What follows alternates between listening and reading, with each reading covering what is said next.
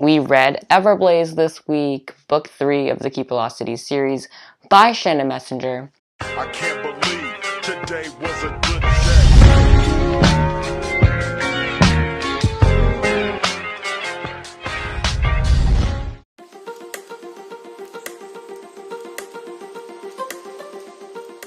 Hi guys, welcome back to the KotLC Fanbase. My name is Troy and I'm the co-owner of this channel. Every week we make 3 to 4 videos per week about Keeper news, entertainment, and more.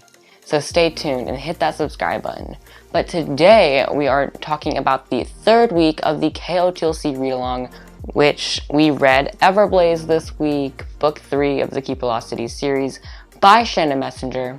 Today I'm just going to share my experience reading Everblaze, then I'm going to talk to you about the fun fact, the quotes, the discussion questions, and the new things that I've noticed reading this book. So let's just jump straight into this video, guys.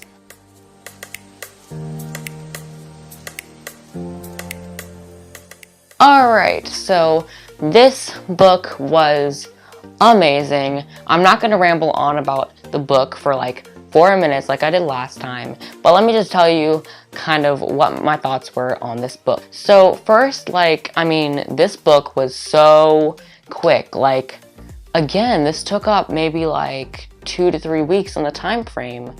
Like, I'm kind of totally blanking, but like all this stuff happened so quick, so fast. Sophie was going through things, Keefe was helping her, Fitz was like formulating plans. Once Sophie started working with her friends, she got a lot of the stuff done quicker, and that's kind of what she needs, you know. Like, she's always kind of individual, having those trust issues, but once she starts working with her friends, she gets some answers. So, I mean, that's a great message for readers. Like, work with your friends, work in groups, work smart, not hard. Another thing that I wanted to say was just like how action-packed this book was. Like, there was some pretty high action scenes. Like, there was the ones with, at the end, at the Mount Everest. There's the Brant thing, the ability restrictor, all the kind of like build up to the ogre, like her trying to invade the ogre's mind. Like, there was just so much in here, and like there literally wasn't those kind of dull moments where Sophie was researching for 6 months. So I really like that about this book. Like, a lot of people tell me, or Joey, like, this is Joey's least favorite book. Like, he has to rethink that. I think this was better than Exile. I mean, come on. But like, in general, like, I just like really love this book. It had me in all different emotions. We had some more fun-loving Keefe. We had a lot of action, a lot of moments. This book was a high for me. It was really nice. Alright, let's just jump into the fun facts, quotes, discussions, and more.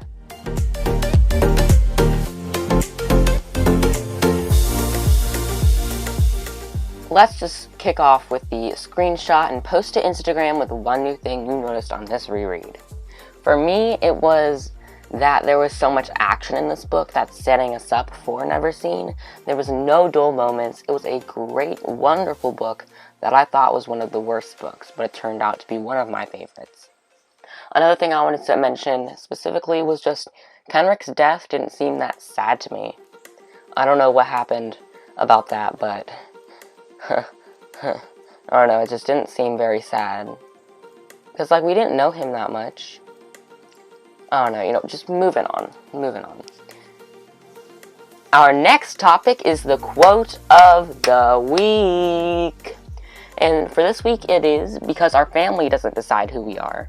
We decide who we are.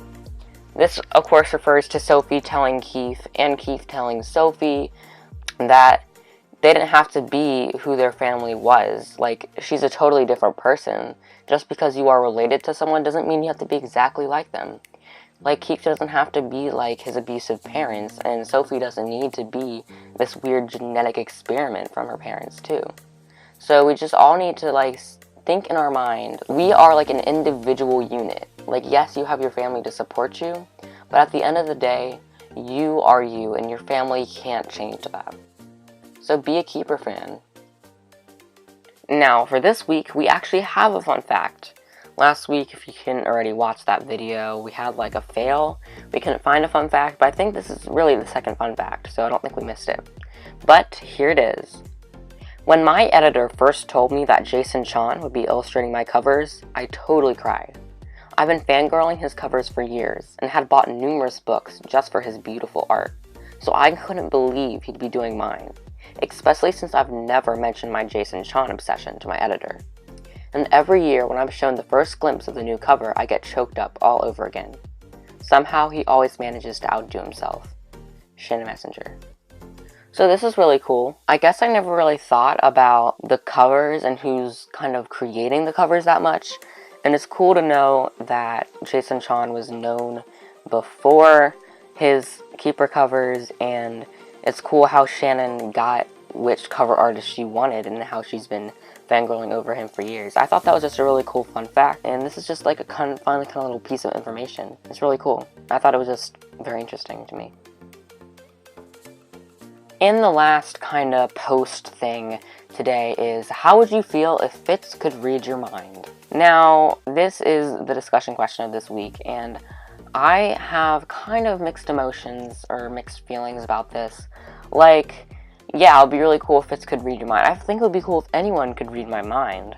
Because, I mean, I know that's fictional, but like, would I really want someone to read my mind? No. My thoughts are very personal, and I don't want my personal thoughts to be shared, because thoughts are meant to be for one person, because you're not saying it verbally, you're thinking it in your mind. Kind of like Sophie. I'll have trust issues with that too, because I don't want people sharing my information. But at the end of the day, all I'm thinking about in my mind is books and this YouTube channel. So, like, really, what would you learn from my mind? I don't know. But I'm just going to say I would feel upset, and I would feel angry, and I would not like that. That's just how I would feel.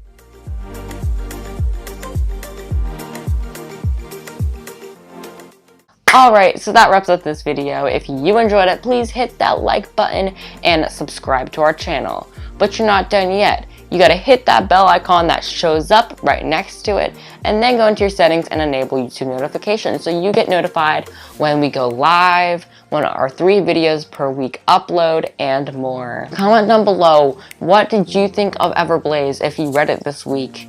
And what were your reactions to some of the posts that Shannon Messenger did? I will see you next week for Book 4, Never Seen. Alright, bye!